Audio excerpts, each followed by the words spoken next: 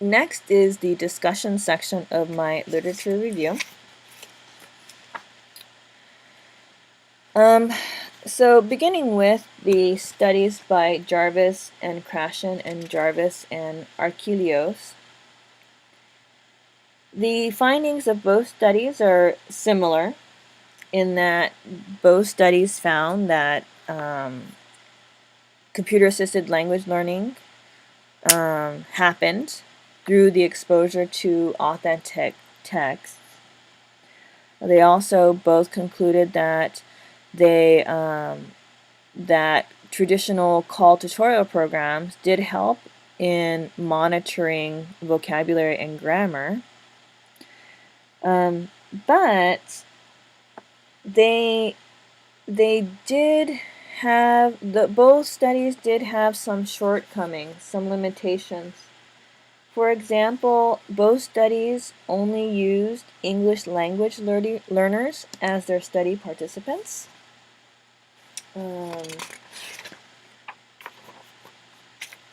Also,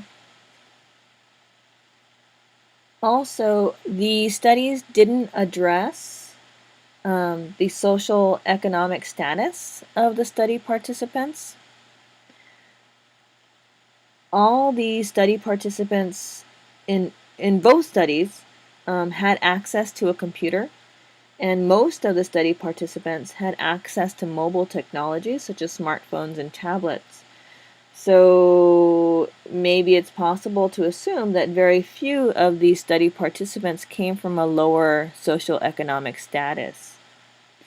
And so, would the findings of these studies have been different if the study participants had come from lower economic status, or lower socioeconomic status, excuse me.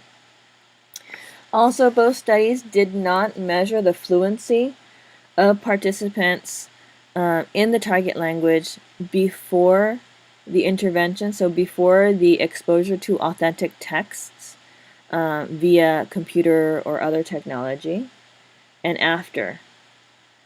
Another limitation was both studies did not use a control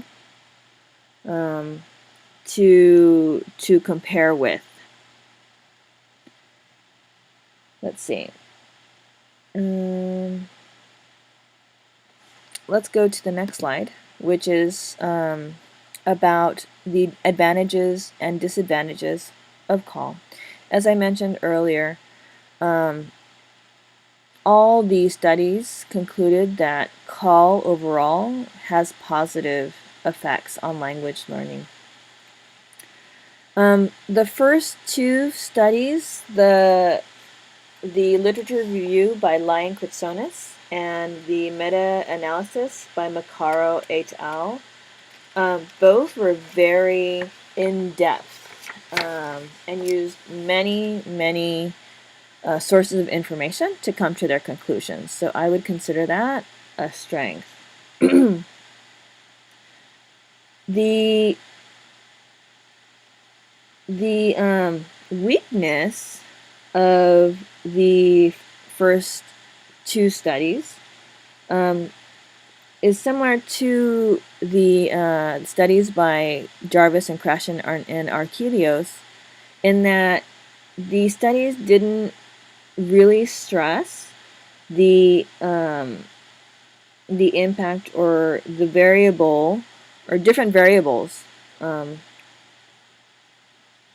in their research. For example, they didn't address the age of the learners. They didn't address the socioeconomic status of the learners, whether or not the learners were native English speakers or English learners learning a foreign language. They didn't make a distinction between learners of different proficiency levels before and after the introduction of call either. So those could be some limitations to these studies. The two second or the third and fourth study in this subsection the study with the single subject Welsh learner and the study of the elementary school students studying French in Canada. They had their strengths and weaknesses as well. With regard to the single subject study, the researcher did a very thorough job of analyzing how many times the language learner, learned the same word over and over and this and that. So it was in-depth in that way, but being a single subject study, it has its limitations. Also, the study didn't include a pre-intervention assessment, so we couldn't see what the learner could accomplish before the introduction of the vocabulary program. Also, the single subject study only measured vocabulary acquisition and didn't measure other measures of fluency. Did the use of the vocabulary program contribute to increased speaking, listening, reading, or writing proficiencies, for example? There was also no control in the single subject study. But, she concluded that the vocabulary program was convenient and useful and functioned very similarly to traditional paper flashcards. So for someone who likes technology, like many of my students, it could be a plus. Talking about the studying the elementary school students, she made many good observations of the use of technology by the young learners. However, her conclusions were all positive. She neglected to mention any negative impacts of computer-assisted language learning on the young students, which I was interested in learning about. But she didn't address.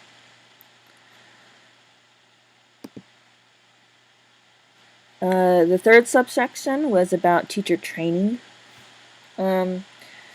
The Russian study and the American study of the future foreign language teachers were very similar. Both studies were qualitative. They used surveys. They came about very similar conclusions.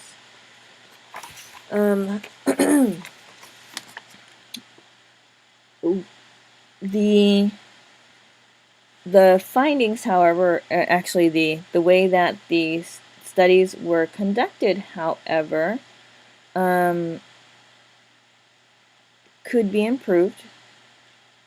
For example, let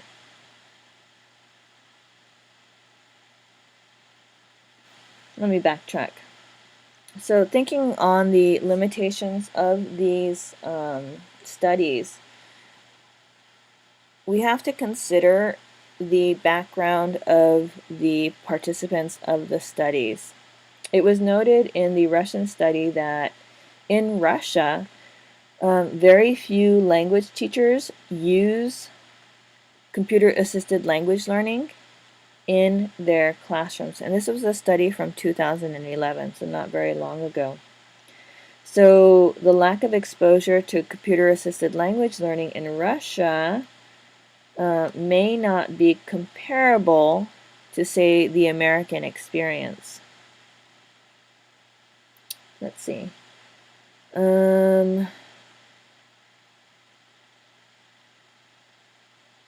Both studies, however, were relevant in that the researchers were able to show that both face-to-face and online teacher training or components are important to teacher credentialing and for professional development courses. So we should do training. We should be trained in computer-assisted language learning for it to be effective in our language classrooms.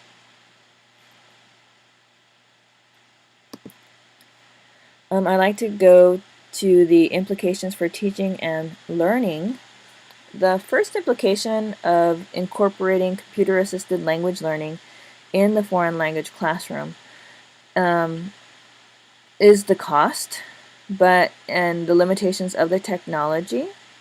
The technology is not perfect, but despite these disadvantages here, the benefits outweigh the disadvantages. So we should incorporate computer-assisted language learning in our teaching so that students can learn. Also, an implication is that teachers must be trained for CALL to be used effectively in the second language classroom. Also, from the learning aspect, the adoption of CALL programs and techniques not only increase language skills and language acquisition, but have non-language benefits as well, such as learner autonomy, collaboration, increased collaboration with others, increased motivation, etc. Things like that. For implications for future research, as I was going through all the studies about computer-assisted language learning, I found that there weren't too many for K through 12 students who were what we would call foreign language students. So they weren't learning English as a foreign language, and they weren't in English as a second language class. So I think more studies need to be done on the use of computer-assisted language learning with students like mine. So students who are K through 12 who are learning a foreign language or a world language. Also, as you may have noticed, not a lot of the studies used experimental or quasi-experimental design. They lacked controls. They lacked pre and post assessments and things like that. And so I think studies that are more experimental in design or quasi-experimental in design are needed for future research. So in conclusion, I found that CALL has an overall positive effect, both in the vocabulary and grammar tutorial programs, as well as computer-assisted language learning techniques, such as using e-portfolios and wikis and chats and creating videos using technology. Then say period. Also, the use of CALL in the foreign language classroom, again, has a positive effect on specific language skills and acquisition of vocabulary, grammar, speaking, and writing. And as I mentioned earlier, there are many non-language benefits by the incorporation of computer-assisted language learning, both programs and techniques. Lastly, I wanted to end with, teachers and learners need to be fluent in CALL in order to be fluent in their target language. Okay, kind of a play on words. It's all about training and knowing how to use the technology well. Okay. Here are my references.